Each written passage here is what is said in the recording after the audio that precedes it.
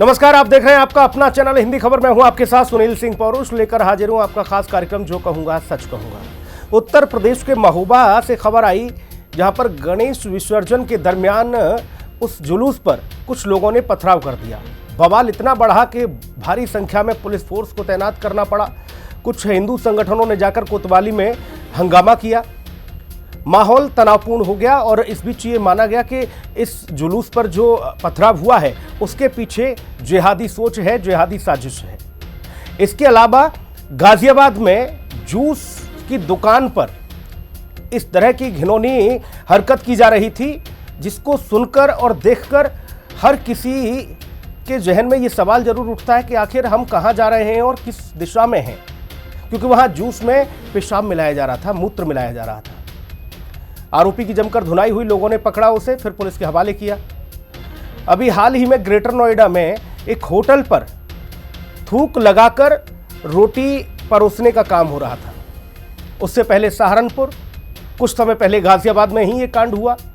कई जगहों पर इस तरीके की घटनाएं हुई, जिसको लेकर यह कहा जा रहा था कि जब योगी आदित्यनाथ ने कांवड़ यात्रा के दरमियान कहा था कि दुकानदार को अपने नाम की एक बोर्ड लगाना होगा और ये बताना होगा कि वो किस धर्म का है, किस जाति का है, इस पर बवाल हुआ था। आज का मुद्दा क्या है, मुद्दा समझ लीजिए। महोबा में गणेश विसर्जन के दरमियान पथराव हो गया और इससे पहले भी कई शहरों में पत्थरबाजी हुई। गाजियाबाद में आमिर जूस में मूत्र मिलाता था। ग्रेटर नोएडा की अगर बात की जाए तो यहां पर रोटी पर थूक लगाकर रोटी परोसने का काम होता था। उत्तर प्रदेश में क्या ये माना जाए कि दंगा भड़काने की साजिश हो रही है? सवाल क्या है, सवाल समझ लीजिए। सवाल यह है कि क्या हिंदू पर्व जिहादियों के निशाने पर हैं? उत्तर प्रदेश में दंगा फैलाने की कोई बड़ी साजिश है? और रोटी पर थूक वाले इस घटना पर, इस कृत्य पर ये मजहबी ठेकेदार चुप क्यों हैं? ये कब बोलेंगे? जूस में मूत्र मिलाने वालों पर खामोश क्यों हैं मौलवी? और इस जिहादी मानसिकता का पूरा संपूर्ण इलाज कब होगा? ये बड़ा सवाल है। रिपोर्ट देखिए, फिर चर्चा होगी। गणेश विसर्जन पर जिहादियों का पथराव, रोटी पर थूक, जूस में मूत्र का करो इलाज, मजहबी ठेकेदारों के सिल गए होठ, घिनौनी सोच पर कब मारोगे चोट? उत्तर प्रदेश के महोबा में गणेश प्रतिमा का विसर्जन करने जा रहे लोगों पर पथराव करने का मामला सामने आया। पथराव के बाद दो पक्षों में झड़प हो गई। घटना के बाद आक्रोशित हिंदू संगठन के कार्यकर्ताओं ने कोतवाली में जमकर नारेबाजी कर बवाल काटा। दरअसल गणेश विसर्जन के लिए दो मूर्तियां डीजे के साथ निकाली जा रही थी। अभी डीजे की धुन पर जश्न मना रहे भक्तों पर दूसरे पक्षों ने पानी डाल दिया, जिससे दोनों पक्ष आमने सामने आ गए। आरोप है कि इस दौरान विशेष समुदाय के लोगों ने बाल्टियों से हमला किया और साथ ही पत्थरबाजी भी की। इलाके में भारी पुलिस बल को तैनात किया गया। उधर गाजियाबाद में एक जूस की दुकान में ग्राहकों के साथ घिनौनी, घटिया, जिहादी मानसिकता सामने आई, जहां जूस में पेशाब मिलाकर आमिर खान नाम का युवक ग्राहकों को पिला रहा था। लोगों को पता चला तो उसकी धुनाई की गई और पुलिस को सौंप दिया। ग्रेटर नोएडा में होटल पर काम करने वाले इस शख्स को देखिए, कैसे रोटी पर थूक कर ग्राहकों को परोस रहा है। इस जिहादी मानसिकता पर सत्ताधारी बीजेपी के साथ ही विरोधियों की क्या कुछ दलीलें हैं, पहले वो सुन लीजिए। प्रदेश में जिस तरह से लगातार धार्मिक सौहार्द बिगाड़ने की कोशिश की जा रही है, इसके पीछे कहीं न कहीं विपक्ष की ताकत जरूर है। क्योंकि आपने देखा होगा कि नोएडा में कहीं फल में यूरिन मिलाया जा रहा है, कहीं पर जो है रोटी में जो है थूक लगाया जा रहा है, कहीं सैलून में थूक लगाया जा रहा है। तो इस तरह की घटना ये साफ दर्शाती है कि विपक्ष जो है इन लोगों को पीछे से कहीं ना कहीं सपोर्ट जरूर कर रहा है। आज उत्तर प्रदेश में अगर अमन चैन का माहौल चल रहा है तो ये विपक्ष को मंजूर नहीं है। यही बात है कि कहीं पर आपने देखा होगा कि महोबा में भी आपने देखा कि किस तरीके से वहाँ पर जुलूस पर पत्थरबाजी की गई। इसके अलावा कई और जगहों पर भी इस तरीके की घटना सुनने में आई। तो ये सारी चीज़ें बिल्कुल साफ दर्शाती है कि विपक्ष जो है वो नहीं चाहता कि उत्तर प्रदेश में अमन चैन रहे। देखिए, चाहे महोबा हो या मणिपुर, भारतीय जनता पार्टी के कुशासन में चारों तरफ अशांति और अराजकता का माहौल है।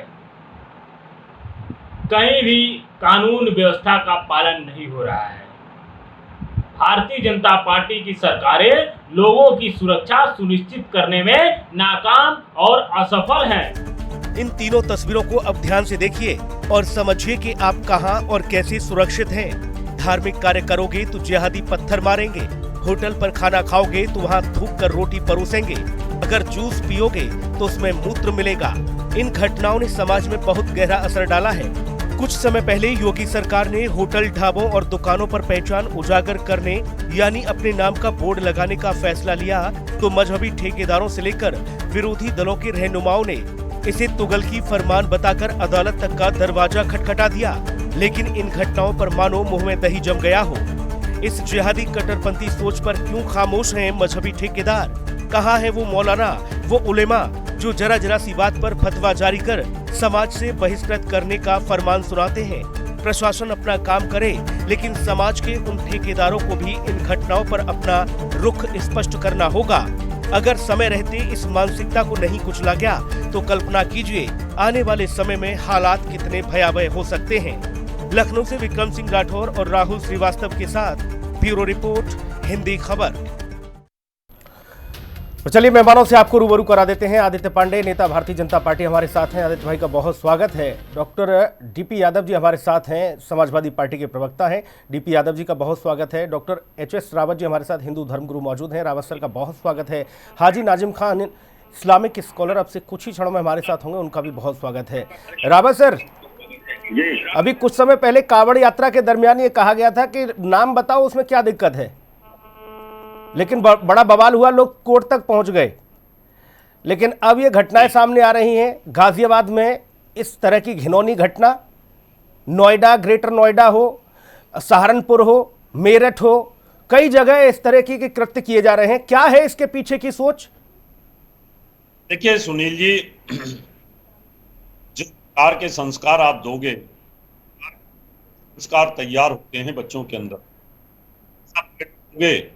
वैसे ही फल उस पर आते हैं।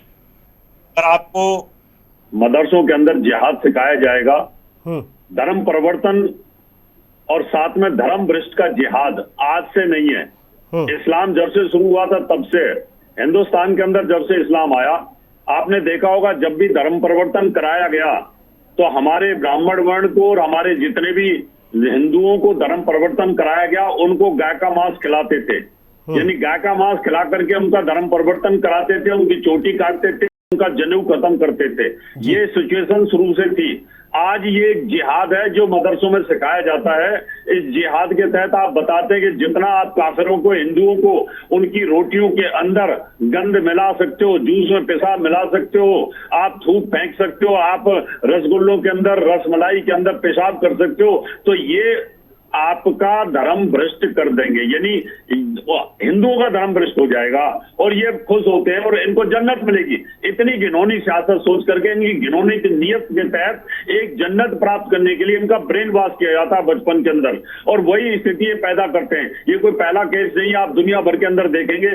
आप अहमदाबाद के अंदर, सूरत के अंदर देखिए। सूरत के अंदर एक समोसे वाला था, वो बड़ा मशहूर समोसे वाला था, हजारों लोग लेके जाते थे, लेकिन बाद में पता चला था वो बीफ मिलाता था। और जब वहां पर स्टाफ की, फूड कॉर्पोरेशन वालों की वहां पर रेड डली तो उसने एक्सेप्ट किया, वहां के लोगों ने एक्सेप्ट किया।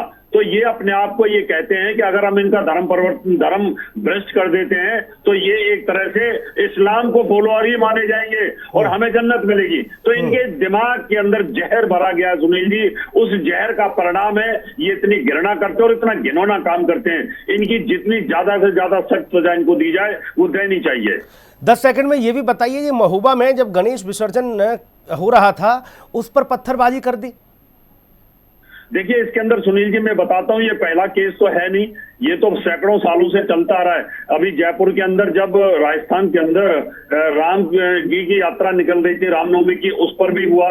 आप देखें कि नूह के अंदर निकल रही थी, उस समय पर भी हुआ। मस्जिदों के अंदर पत्थर रखे जा रहे हैं, ईंट पत्थर रखे जाते हैं, कोई भी उनके वहां से निकलता है। ये कहते हैं कि हमारे मदरसे और मस्जिद के सामने से आपकी कोई भी यात्रा राम नाम की, गणेश विसर्जन की, हनुमान जयंती की नहीं निकलनी चाहिए। हमारे कानों में आपके अंदर राम कृष्ण हनुमान नहीं आने चाहिए, इससे हमारा धर्म भ्रष्ट होता है। जिस प्रकार की सोच इस तरह की हो सकती है तो इसलिए पथराव करना शुरू कर देते हैं। ठीक, हाजी नाजिम खान साहब हमारे साथ जुड़ गए हैं, उनके पास जाऊंगा, फिर बाकी लोगों के पास जाऊंगा। नाजिम खान साहब, आवाज आ रही है आपको मेरी? हाँ, मैं सुन पा रहा हूँ सर आप। नाजिम खान साहब, मैं आपसे ये समझना चाहता हूँ, जूस में मूत्र मिलाना है, होटल पर काम कर रहे हैं चांद मोहम्मद, तंदूरी रोटी बना के दे रहे हैं ग्राहकों को, लेकिन थूक थूक कर कहीं रसमलाई में पेशाब किया जा रहा है, ये क्या है? और धार्मिक कोई यात्रा निकल रही है तो उस पर पत्थरबाजी हो रही है। खान साहब। हाँ सुनील जी, मेरी आवाज सुन पा रहे हैं ना? हाँ हाँ, सब सुन रहे हैं, बहुत बढ़िया जी। हाँ सुनील जी, देखिए, मैं अपनी बात शुरू करने से पहले एक शेर के माध्यम से मैं कहना चाहता हूँ कि चलती बंदूक के दहाने पे है, हमको मालूम है हम निशाने पे। सुनील जी, हम तो हमेशा निशाने पे ही रहते। अभी आपने जूस की बात करी तो मैं एक बात बता दूं कि एक आइसक्रीम वाला था, जो आइसक्रीम वाला जो गंदी चीज मिलाता था, वो मुझे शब्द आपके टीवी चैनल पर लेने में बड़ी शर्म आती है। सबको उसे आइसक्रीम में मिलाकर लोगों का धर्म भ्रष्ट करता था। और मैं एक चीज जो बता दूं, जो पानी पूरी वाले होते हैं, पानी पूरी यानी पेशाब करता है वो, और उसी में हाथ धो के सबको पानी के पटाखे खिलाता है। इस बारे में ये कुछ नहीं कहेंगे, लेकिन मैं कहता हूँ ऐसे लोग मानसिक रोगी होते हैं, ना तो उनका कोई धर्म होता है ना कोई उनका मजहब होता है, तो सिर्फ और सिर्फ आस्था और मजहब वालों के उसके जो होते हैं ना, जब आप उनसे खेलने की कोशिश करते हैं। और रही बात ये सुनील जी, अभी हमारे जो बार बार डॉक्टर एच.एस. रावत जी बार बार मुसलमानों के प्रति बड़ी मोहब्बत दिखा रहे थे, यानी कि नफरत की बातों को किस तरीके से मोहब्बत में पेश कर रहे थे। तो मैं इनको आप बता दो कि अयोध्या के अंदर एक सफाई कर्मचारी महिला जो बीए की तैयारी कर रही थी, उसके साथ गैंग रेप हो गया, उसके बारे में ये बात नहीं करेंगे। जो किडनैप करा गया, किडनैप के बाद उसके साथ रेप करा गया, उसके बारे में भाई आज गैंग रेप वाला मसला नहीं है। अगर अयोध्या पे जाओगे तो फंस जाओगे। मोहित खान के समर्थन में सब लोग खड़े हो भाई साहब, है 12 साल की बच्ची को गर्भवती कर दिया, उस पर कोई नहीं बोलेगा। अयोध्या पे नहीं, आज चर्चा है ये जो मूत्र मिलाया जा रहा है, ये जो थूक लगाकर रोटी परोसी जा रही है, और ये धार्मिक जो यात्रा निकल रही है या धार्मिक जो भी शोभा यात्रा निकलती है उस पर पत्थरबाजी क्यों? हाँ सुनील जी, देखिए, सबसे पहले तो मैं ये कहना चाहता हूँ कि अफवाहों से बचे, क्योंकि अफवाहों का बाजार इस तरीके से गर्म होता है कि जैसे जंगल में हल्की सी चिंगारी आप दिखाएंगे पूरा जंगल जल जाता है, तो उसी तरीके से अफवाह बहुत फैलती है। अभी आप कह रहे हैं कि जिस तरीके से धार्मिक यात्रा निकलती है तो पत्थरबाजी होती है। मैं सबसे पहले ये कहना चाहता हूँ बड़ी जिम्मेदारी के साथ कि प्रशासन को अलर्ट रहना चाहिए, क्योंकि कुछ असामाजिक तत्व माहौल खराब करने की कोशिश करते और बदनाम कैसे करा जाता है मुस्लिम समाज को। अभी आपको रतलाम की घटना पता होगा सुनील जी, रतलाम के अंदर किस तरीके से माहौल बनाया गया था मुसलमानों के प्रति, और ये कहा गया था कि देखिए पत्थरबाजी होने जा रही है और गणेश। अरे भाई, इसको क्या जायज माना जाए? फिर इसको जायज माना जाए ये जो कृत्य हो रहा है? सुनील जी, मैं तो ये कहता हूँ कि अगर कहीं पे भी कुछ होता है, मैं तो उन लोगों से आज पूछना चाहता हूँ नाजिम साहब, जो जरा सी बात पर फतवा जारी कर देते हैं। कोई मुस्लिम बहन अगर गणेश पूजा कर ले तो उसको समाज से बहिष्कृत करने की बात करते हैं। कोई मुस्लिम बहन अगर भोले बाबा का गाना सुना दे तो उसको कहते हैं इसको समाज से बहिष्कृत करो, फतवा जारी हो जाता है। अरे भाई, अब कहाँ है वो सब लोग? हाँ सुनील जी, बात तो सुन लीजिए। सुनील जी, अभी आपने कहा कि फतवा, देखिए मैं सबसे पहले बात बता दूं कि मेरे इस्लाम के अंदर मूर्ति पूजा नहीं है, लेकिन हम अपने हिंदू भाइयों की आस्था का पूरा ध्यान रखते हैं। चाहे कोई भी विधायक हमको ये शब्द बोलने की मस्जिद में घुस के चुन चुन कर मारेंगे, लेकिन हम लोगों को आपत्ति नहीं होती, क्योंकि हम लोग तो हमेशा इनके निशाने पर रहते हैं। नाजिम भाई, मैं तो सीधी सी बात पूछ रहा हूँ, क्या आप इसके पक्षधर हैं या इसका विरोध करते हैं? सुनील जी, मैं तो ये कहता हूँ कि हम मुसलमानों को हमेशा बदनाम करा जाता है। ठीक है, जांच का विषय, अरे भाई साहब, ठीक है, मैं समझ गया। आप ये कहना चाहते हो कि हमको बदनाम किया जा रहा है। वहां कोई और पेशाब रख के चला गया और वो कोई दूसरा था, है वो चांद मोहम्मद थूक नहीं रहा था, वो कोई और थूक रहा था। ये गजब बात हो रही है। ठीक, डीपी यादव जी, आपके पास आ रहा हूँ। घटना कोई भी कर रहा हो, मैं फिर वही कहूंगा। अब अभी खान साहब, अब रुक जाओ भाई साहब, आपको बहुत समय दिया, अब रुक जाओ। आप मूल बात मुद्दे से भटकते जा रहे हैं। ठीक है, अभी रुक जाओ। डीपी यादव जी, कोई पेशाब मिला के जूस में पिला रहा है, कोई थूक लगा के रोटी खिला रहा है, और इसके अलावा धार्मिक यात्राओं पर पत्थरबाजी चल रही है। और एक घटना नहीं है, कई सारी घटनाएं हैं। अब ये आज चर्चा इसीलिए लेके आए कि भाई सारी घटनाओं को पता करिए, इसके पीछे सोच क्या है, क्या मानसिकता है। डीपी यादव जी। जी सुनील सुनील जी नमस्कार। जी हिंदी भैया। खबर के सभी दर्शकों को नमस्कार। जय संविधान, जय लोकतंत्र। हम्म। देखिए सुनील जी, मैं अपनी बात शुरू करने से पहले एक प्रसंग कहना चाहूंगा, यहाँ पर बताना चाहूंगा। सम्राट अशोक से जुड़ा हुआ ये प्रसंग है। सम्राट अशोक ने एक बार जो है अपने सभी अभिलेखों में इस बात को लिखवाया था सुनील जी कि कोई भी व्यक्ति जो दूसरे के धर्म की निंदा करता है या दूसरे के धर्म में के बारे में अनाप शनाप बोलता है तो अपने धर्म की प्रशंसा करता है तो निश्चित रूप से वो अपने ही स्वयं के धर्म की हानि कर रहा होता है। तो ऐसे लोग चाहे वो जिस धर्म के हो, जो दूसरे के धर्म को भ्रष्ट करने का काम करते हैं, उसको अपमानित करने का काम करते हैं, निश्चित रूप से वो अच्छे व्यक्ति तो नहीं होते हैं। इस बात को हमें भी मानना चाहिए, आपको भी मानना चाहिए, हिंदी खबर जितने भी दर्शक सुन रहे हैं उसको भी मानना चाहिए। ये भारतवर्ष एक विविधता वाला देश है। इसमें धर्मों में भी प्रकार के संप्रदाय हैं, विभिन्न संप्रदायों को लोग मानने वाले हैं, चाहे वो हिंदी धर्म हो, चाहे जैन धर्म हो, सिख हो, ईसाई हो। धर्मों के भी तमाम प्रकार के संप्रदाय है जो एक दूसरे को कहीं कहीं की पूजा पद्धति को अपनाते नहीं है। हिंदू धर्म में आप देख लीजिए तमाम संप्रदाय है, तो कहीं न कहीं जो अपने धर्म को अपने संप्रदाय के रहता है, जो ज्ञापन करता है, संविधान उसको इजाजत देता है कि आप अपने अपने धर्म के अनुसार अपनी पूजा पद्धतियों को अपनाइए। अब इसकी जिम्मेदारी किसकी होती है? इसकी जिम्मेदारी जो दूसरे धर्म वाले लोग होते हैं उनकी भी होती है, नैतिकता होती है, सामाजिक जिम्मेदारी होती है। लेकिन सबसे बड़ी जिम्मेदारी सरकार की होती है कि सरकारें कहीं न कहीं इस प्रकार का माहौल बनाए, कानून और संविधान तरह से लागू है। अगर कोई कृत्य जरूरत करता है तो उसको कड़ी से कड़ी सजा दी। तो सरकार की एक जिम्मेदारी है, आखिर ऐसा क्यों हो रहा है? क्या सरकार फेल? मुझे एक चीज समझाइए डीपी यादव, एक चीज समझाइए। मैं तो हमेशा चूंकि देखता हूं अखिलेश जी को सोशल मीडिया पर, वो जितने एक्टिव रहते हैं हम लोग देखते हैं उन्हें, कभी इस तरह की वीडियो को साझा नहीं करते और ये नहीं कहते कि इनकी भी मजम्मत करो भाई। वो जरा सी वीडियो डालते हैं घटनाओं को और उस पर दुनिया भर की अपनी बात लिखते हैं, लेकिन ऐसी घटनाओं पर वो नहीं कुछ बोलते। ऐसा क्यों? जी आदरणीय श्री अखिलेश यादव जी एक बहुत ही संवेदनशील व्यक्ति हैं। वो समाजवादी पार्टी के राष्ट्रीय अध्यक्ष के साथ साथ कहीं न कहीं इस देश में अमन चैन चाहने वाले भी व्यक्ति हैं। वो चाहते हैं कि सभी धर्मों में कहीं न कहीं सौहार्द बना रहे। गलत चीजों का आप प्रचार प्रसार क्यों करेंगे? गलत है तो गलत है, आप सही चीज का प्रचार प्रसार करिए ना। गलत को आप सजा दिलाइए, गलत का आप कहीं ना कहीं मजम्मत करिए, उसका विरोध करिए। आप तो दो लोग कहीं ना कहीं इसमें धार्मिक एंगल देखते हैं, धर्म के आधार पर लोगों को नहीं, तो उनको तो इंसानियत का एंगल दिखना चाहिए ना, उनको धार्मिक वाला पहलू लाना ही नहीं चाहिए। बता वो फटाक से कहीं ना कहीं उसको एडिट करके भी लोग वीडियो, आपको बताऊं मैं, ऐसे ऐसे लोग हैं, ऐसी पार्टियां हैं कि वीडियो। अरे भाई मैं डीपी यादव 10 सेकंड में ये समझाने की कोशिश करिए भैया, ये तालीम कहां से दी जा रही है, कहां से ये शिक्षा दीक्षा मिल रही है इन लोगों को कि आपको इससे वो हूर मिलेंगी, जो मिलेगा?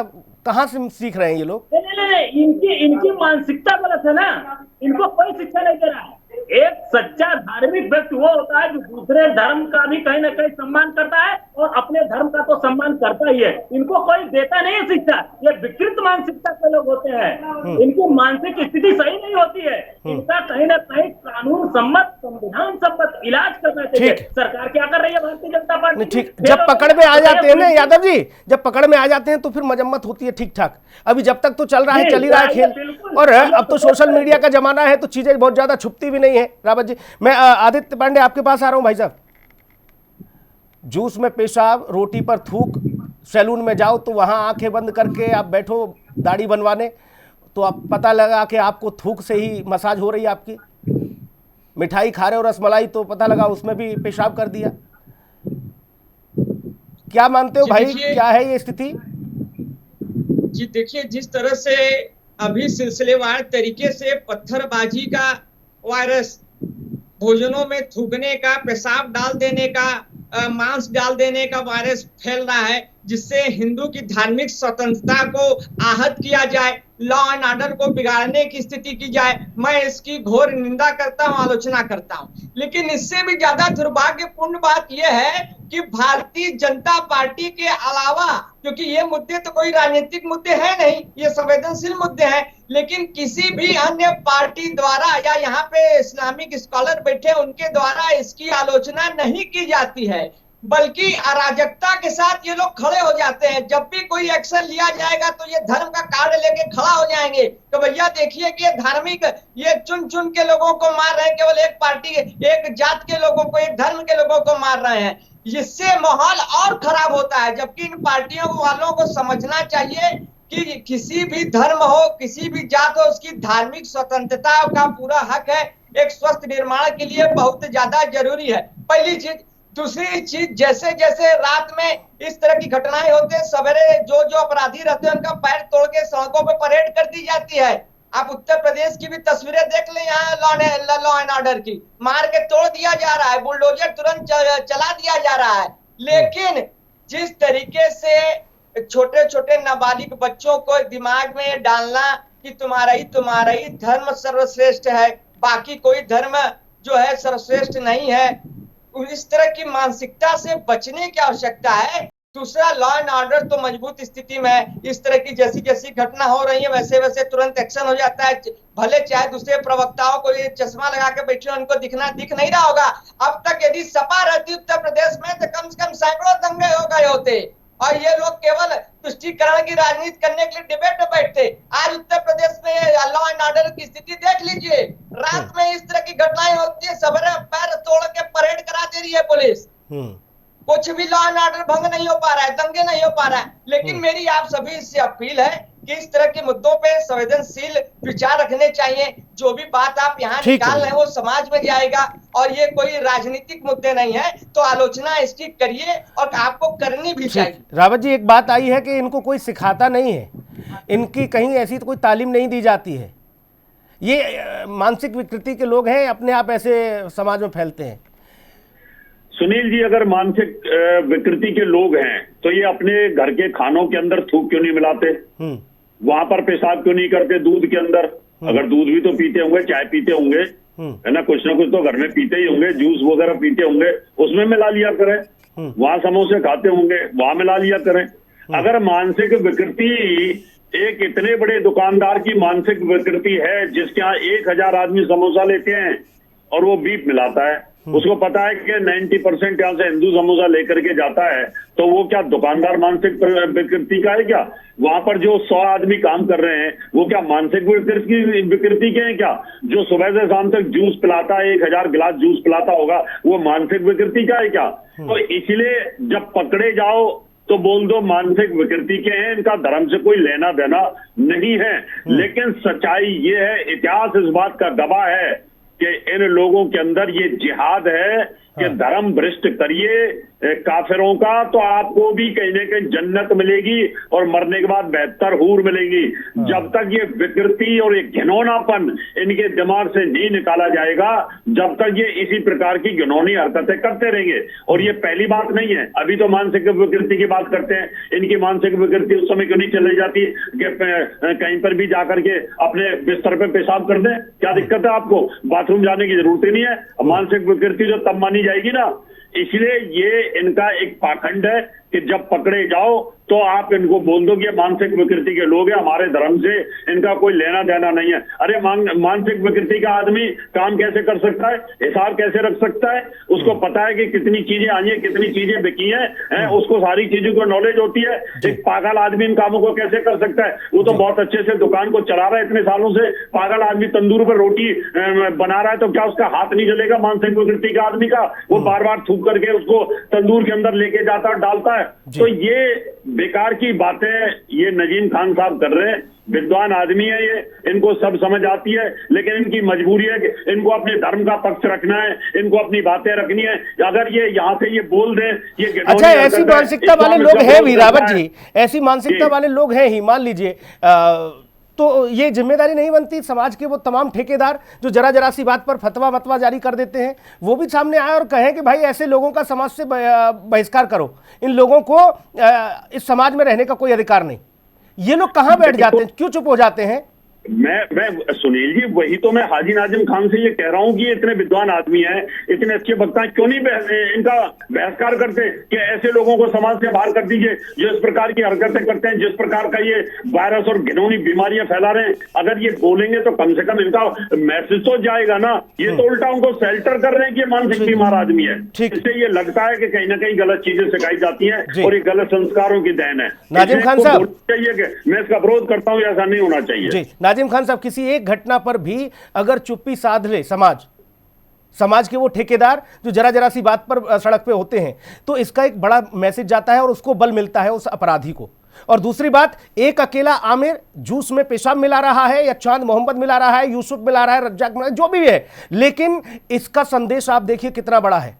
हजारों हजार क्या करोड़ों करोड़ मुसलमान रोजी रोटी पा रहे हैं, उनकी स्थिति क्या होगी भाई साहब? मान लो वो ईमानदारी से और बहुत अच्छे तरीके से धंधा कर भी रहे हैं, तो कोई जाएगा जूस पीने? हाँ सुनील जी, देखिए जिस तरीके से बार बार जूस की बात आ रही है, तो मैंने कहा कि ऐसे लोग जो होते हैं मानसिक रोगी होते हैं जो किसी की भी आस्था से खिलवाड़ करे। तो देखिए मैंने शुरुआत में कहा कि ये जो लोग हैं ये किसी भी धर्म जात से नहीं होते। मैंने देखे हैरो आइसक्रीम वाले का भी नाम नहीं था, जिस तरीके से ये जूस वाले के इसकी भी बात करो। इनका ना कोई धर्म होता है ना कोई मजहब होता है, ये सिर्फ मानसिक रोगी होते हैं जो इस तरीके का कुकृत्य करते हैं। हम लोग इन ऐसे लोगों के खिलाफ है जो किसी की आस्था से खिलवाड़ करते हैं। और रही बात ये कि सुनील जी देखिए, बड़ी इंपॉर्टेंट बात मैं कर रहा हूँ। अभी हमारे धार्मिक गुरु doctor H S Rawat ji बार बार कह रहे थे कि नाजिम खान जी को आगे आने चाहिए। हम तो आगे आते हैं, लेकिन जब हमारे साथ मौका होता है तो ये लोग कभी आगे नहीं आते। ये कभी ये नहीं कहते कि हाँ मुस्लिम समाज के मौके की हो रही है, ऐसा नहीं होना चाहिए। मुस्लिम समाज को मस्जिद में घुस घुस कर चुन चुन कर मारने की, ऐसा नहीं होना चाहिए। और मैं इससे ये और चीज कहना चाहता हूँ कि जिस तरीके से एक छतरपुर की घटना की बात मैं सुनी, मुझे 30 सेकंड देना, बड़ी इंपॉर्टेंट बात है। छतरपुर के अंदर एक की आलिशान बिल्डिंग को धराशायी कर दिया जाता और ये कहा जाता कि उन्होंने पुलिस वाले पे पथराव किया था, जिसकी वजह से उनके घर पे बुलडोजर चला। और दूसरे उसी के रूपरेखा संचोली के अंदर मस्जिद के लेकर जिस तरीके से उग्रवादियों ने वहां पर पुलिस प्रशासन पे पत्थरबाजी करे, पुलिस वाले घायल हुए। क्या आप उनके घरों पर बुलडोजर चलना चाहिए नहीं बिना बेल? मैं तो इसी बात को भाई साहब, हम लोग इस वाले पे, लेकिन जिस तरीके से नाजिम खान साहब, मेरा सवाल बहुत सीधा सा।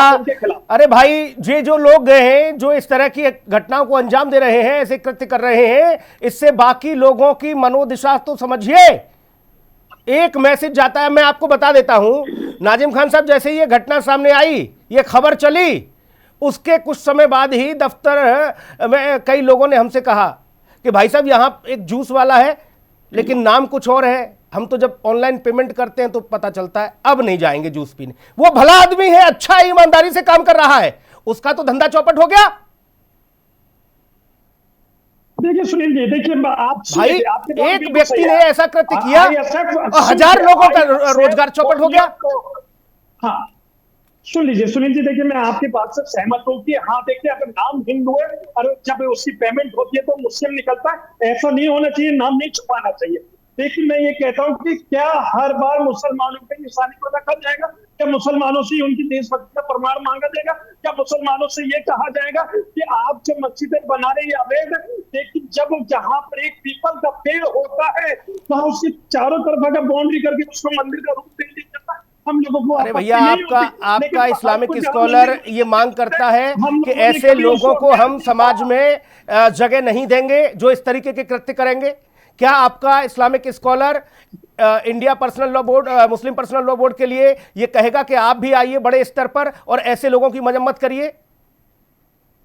हाँ सुनील जी, देखिए जो ऐसे लोग हैं हम उनकी मजम्मत करते हैं जो किसी की भी आस्था से खिलवाड़ करता। और मैं अपने मुस्लिम समाज और अपने मौलाना उलेमा से भी अपील करता हूँ आपके चैनल के माध्यम से, ऐसे जो लोग जो देश के अंदर किसी की भी आस्था से खिलवाड़ करें उनको समाज से बेदखल करना चाहिए, उनका बायकॉट होना चाहिए ताकि किसी की भी आस्था से खिलवाड़ न हो। लेकिन सुनील जी, मैं बार बार इसी बात को कहता हूँ कि कुछ मानसिक रोगी इस तरीके की घटना को अंजाम देते, लेकिन उससे पूरा समाज बदनाम होता है, उसमें निशाने पर हम लोगों को रखा जाता है मुस्लिम समाज। अरे भाई, अब आप हिंदू मुसलमान कर रहे हो, मैंने एक बार ये शब्द नहीं इस्तेमाल किया। आप कह रहे हो कि भाई हम टारगेट पर है, हम टारगेट। अरे भाई, क्यों टारगेट पर हो आप? गलत करोगे कोई भी हो हमें मस्जिद सब टारगेट पर होंगे, अपराध करोगे और फिर मुंह छिपा के पीछे भी खड़े हो जाओगे, बोले नहीं नहीं हमें टारगेट मत करो। गजब बात है भाई। भाई डीपी यादव जी, सुनील डीपी यादव जी, अभी रुक जाओ भाई साहब रुक जाओ। डीपी यादव जी, एक आदमी समाज में इस तरीके का कृत्य कर रहा है और सैकड़ों लोगों का रोजगार चौपट हो जाए, उस समाज के मैं फिर कहूंगा उन रहनुमाओं को, उन ठेकेदारों को तो सामने आना चाहिए भाई। जी सुनील जी, देखिए निश्चित रूप से हाजी नाजिम साहब के बाद से मैं यहाँ इत्तेफाक रखता हूँ। इन्होंने जो बात कही कि मैं अपने समाज के लोगों से, अपने धर्म गुरुओं से यह आग्रह करूंगा कि ऐसे लोगों का बहिष्कार करें। एक कितनी अच्छी बात इन्होंने कही, चैनल पर बैठ के सामाजिक सौहार्द बढ़ाने वाली इन्होंने बात कही। इसको धार्मिक रंग देने की जरूरत नहीं है, इसको संप्रदाय के आधार पर देखने की जरूरत नहीं है। हमारा आपका सबका ये कर्तव्य है, जितने लोग भी चैनल पर बैठे हुए हैं, कि इसकी कहीं ना कहीं मजम्मत करें और उनको जो है एक जवाब दें, और इसकी कहीं ना कहीं जो ये बुराई है, सामाजिक बुराई है, उसको कहीं ना कहीं इस बुराई को जो भी समाज में करता है उसकी खिलाफत करने का काम करें। आप देखिए किस प्रकार से सभी धर्म के ऐसे लोग हैं, एक धर्म की बात नहीं कर रहा हूँ, आप बताइए आखंड के नाम पर, झूठ के नाम पर, पूजा पाठ के नाम पर ये लोग, आप देखिए पेपर उठाइए तो लगातार पेपर को मिलेगा, पूजा के नाम पर दुष्कर्म के साथ, तो ये है तो आपको सब जो करना पड़ेगा ना, ऐसे लोगों को कड़ी से दिलाने की डीपी यादव, एक बात है। नाजिम खान ने कही, उन्होंने कहा कि किसी को भी नाम नहीं छुपाना चाहिए, धर्म नहीं छुपाना चाहिए, कोई दिक्कत नहीं है, बता के काम करो, धंधा करो। यही बात तो कही गई थी बोर्ड लगाने को लेकर कि आप अपने अपने होटल पर अपना अपना बोर्ड लगा लो, क्या दिक्कत है? भोले बाबा, शिव ढाबा, इसमें अगर नाजिम खान साहब चला रहे हैं तो चलाएं, नाम मत बदलो आप, लेकिन अपना तो पहचान बता दो। वही वो बात समर्थन भी कर रहे हैं, लेकिन इस बात को लेकर आप सब लोगों ने बवाल काट दिया था, अदालत चले गए थे आप लोग। सुनिए, आपको जान के आश्चर्य होगा, दुर्गा पूजा का मौसम आ रहा है और बंगाल से लेकर के पूरे देश में जितनी दुर्गा जी की मूर्तियां बनती हैं वो बहुत से मुस्लिम उपासक बनाते हैं। आप इस बात को एनालिसिस करिएगा, सर्वे करिएगा, हाँ, कि मुस्लिम उसकी मूर्तियां बनाते हैं, तो क्या जो मुस्लिम मूर्ति बनाया है दुर्गा माता की, तो आप पूजा पाठ नहीं करेंगे दुर्गा माता की? नवरात्र में उनका उपासना नहीं भाई करेंगे? इसमें किसको एतराज है? हमने देखा है मथुरा में पोशाक सिलते हुए श्री कृष्ण जी की, तो ये बताइए, तो उसमें क्या दिक्कत है? तो वही मैं कह रहा हूँ ना, तो क्या वो मूर्ति बनाते समय इस बात को उद्घोषित करें, क्या वो मूर्ति बनाते समय इस बात को लिख दिया जाए कि फलाने द्वारा बनाई गई? अरे मूर्ति वाला मसला अलग है भाई साहब, यहाँ तो खाने का मसला है, जूस पिला रहे हो, खाना खिला रहे हो, उसमें कह रहे हो कि बताओ मूर्ति खाई नहीं जाती भाई, मूर्ति पी नहीं जाती है। सुनील जी, इसको अगर कोई नैरो माइंडेड होकर के देखेगा तो पूरे इसका सलूशन करने को, आप किसी संक्रामक बीमारी से ग्रसित हैं और उसी बीमारी को आप अपने ग्राहकों को परोस रहे हो, तो इलाज करिए ना उसका, उस संक्रामक रोग का इलाज करिए। ये सरकार की जिम्मेदारी है, डबल इंजन की सरकार है भारतीय जनता पार्टी की। मैं बार बार कह रहा हूँ, लॉ एंड ऑर्डर को मेंटेन करने में फेलियर हो रही है सरकार, महिलाओं की सुरक्षा नहीं कर पा रही है, कानून व्यवस्था बिल्कुल नहीं स्थापित कर पा रही है सरकार, और कहीं ना कहीं सरकार जब इस तरह के आदित्य पांडे जी कह रहे हैं कि इनका इलाज सरकार को करना चाहिए और आप लोग इलाज कर देते हो, फिर ये कहते हैं कि गलत कर दिया। ऐसा नहीं होना चाहिए, ऐसा है क्या आदित्य पांडे जी? देखिए, ये जब भी हम एक्शन लेंगे, एक्शन तो तुरंत हो जा रहा है। एक आप देख रहे वीडियो चलेगा कि धार्मिक यात्राओं पे पत्थर चली, अगला वीडियो आप देख लीजिए, लड़ाई के अपराधी जो भी अराजक तत्व है उनका परेड हो जा रहा है। लेकिन ऐसे लोग छाती पीटने लगते हैं, ऐसे लोग चैनलों पे आकर रोने लगते हैं, अराजक तत्व भगत सिंह बनाने लगते हैं। आप देखिए कितने एनकाउंटर होते हैं, अपराधी का एनकाउंटर होता है, बुलडोजर चलता है तो उसमें ये जात लेके आ जाते हैं, धार्मिक बातें लगते करने की, एक धर्म को विशेष बनाया जा रहा है और यहाँ पे बैठ के चैनलों पे ज्ञान देते हैं। अभी कुछ ही दिन पहले जब नंबर हुई थी तो चैनलों पे बैठ के छाती पीट रहे थे कि ये क्या हो रहा है, ये क्या हो रहा है, और आज आप यहाँ पे बैठ के चैनल पे कार्ड खेलने का प्रयास कर रहे हैं। उत्तर प्रदेश में लॉ एंड ऑर्डर पूरी निरंतरता से चल रहा है, जो भी अराजकता फैलती है उस पर तुरंत त्वरित एक्शन होता है, लेकिन जब जब हम एक्शन करेंगे इनके प्रवक्ता रुदाली प्रवक्ता बन जाते हैं। जब जब हम कोई भी अपराधी का भी इनकाउंटर करेंगे, अभी कुछ ही दिन पहले देखिए ना आप कैसे मुख्तार अंसारी का इनकाउंटर हुआ तो लोग उसके उस पर सजदा पढ़ने लगे, क्यों? क्योंकि वो एक विशेष धर्म से आते थे। इन लोग को ये खुद के ग्रसित मानसिकता से ये लोग पीड़ित है, सपा वाले, क्योंकि ये जानते हैं कि किस तरह तुष्टीकरण की राजनीति करके सरकार अब तक बनती रही है। अब मैं पूछना चाहता हूँ, अखिलेश यादव का मुख्तार अंसारी का एनकाउंटर नहीं हुआ था, एक सेकंड, मुख्तार अंसारी का एनकाउंटर नहीं हुआ था भाई साहब। और दूसरी बात ये है, ठीक है, जो भी एनकाउंटर हुए वो अभी हाल ही में हुआ मंगेश यादव का, दलित बेटी के साथ ठीक उनके घरों पर रावत सर। हाँ सुनील जी पूछ लीजिए। ठीक है रावत सर। जी जी सुनील जी, एक सेकंड भाई साहब रुक जाओ। जो भी घटनाएं हो रही हैं, इन सारी घटनाओं में तत्परता से कार्रवाई दिख भी रही है और ऐसी सोच को बदलने के लिए भी समाज को पहल करनी ही चाहिए। लेकिन अभी जो डीपी यादव जी ने एक बात कही कि भाई अपराधी की देखिए कोई जात, कोई धर्म, कोई मजहब नहीं होता, जो भी कृत्य कर रहा है उनको सजा दीजिए। और अगले दिन कोई घटना हो जाती है तो बाकायदा आप कोट करके लिखते हो यादव था इसलिए मार दिया। अब बताओ जी, तो आप एक स्टैंड पर तो कायम रहते नहीं हो। जी जी जी सुनील जी, जो यादव जी ने कहा है कि अपराधी का धर्म नहीं होता, धर्म तो इसलिए होता है यादव जी, जब आप AK-47 की गोलियों से किसी को छलनी करते हो तब बोलते हो अल्लाह अकबर, अल्लाह अकबर, और उसके बाद तुम्हारी AK-47 चालू शुरू हो जाती है। पूरे वर्ल्ड के अंदर बता रहा हूं, जब आप बम फेंकते हो, जब आप मोर्टार दागते हो तो अल्लाह अकबर लेकर के उसके बाद दागना शुरू कर देते हो। और हिंदुस्तान ने उस डंस को झेला है, हिंदुस्तान ने उस डंस को झेला है। अभी मैं बात कर रहा हूँ और मैं आपको बता देता हूँ, अगर इनका कोई धर्म नहीं होता तो आप देखिए याकूब मेमन थे, यादव जी याकूब मेमन, और सुप्रीम कोर्ट ने उनको फांसी दी थी क्योंकि आतंकवादी थे। उनके जनाजे के अंदर 2 लाख आदमी था। कुल मिलाकर यह है कि इस तरह की घटनाएं करने वाले लोग वो समाज में कहीं पर भी हो और किसी भी धर्म, जाति और मजहब से ताल्लुकात क्यों न रखते हो, ऐसे लोगों को तत्काल प्रभाव से एक्सपोज करें। और जो लोग इसका सहयोग भी करते हैं और वो समर्थन करते हैं, वो भी उतने ही पाप के भागीदार हैं जितना कि वो स्वयं व्यक्ति है। घर का सदस्य भी अगर उसको बढ़ावा देता है तो वो पूरा परिवार उसके लिए उतना ही दोषी है जितना वो व्यक्ति दोषी है। जिस दिन वो उजागर होगा उस दिन उसकी मजम्मत हो जाएगी, ढंग से उस पर कार्रवाई होगी। लेकिन उसने जो कृत्य किया, उसने जो पाप किया है, उसका हर्जाना खर्जाना पूरा समाज भुगतेगा, पूरी कौम भुगतेगी, ये समझ लीजिए। एक व्यक्ति जूस में पेशाब मिलाकर पिला रहा है, सैकड़ों लोगों का रोजगार चौपट हो गया। एक व्यक्ति थूक लगाकर रोटी सेक रहा है, न जाने कितने ढाबे और वो आज इंतजार में है कि भाई साहब गाड़ी रोकिए, हमारे यहाँ अच्छा खाना मिलता है खाइए, लेकिन लोग निकल लेते हैं नहीं, यहाँ नहीं खाएंगे। ये स्थिति है भाई साहब, उसको भी समझिए। बहुत धन्यवाद चर्चा में जोड़ने के लिए, बहुत शुक्रिया। खास कार्यक्रम में इतना ही, नमस्कार।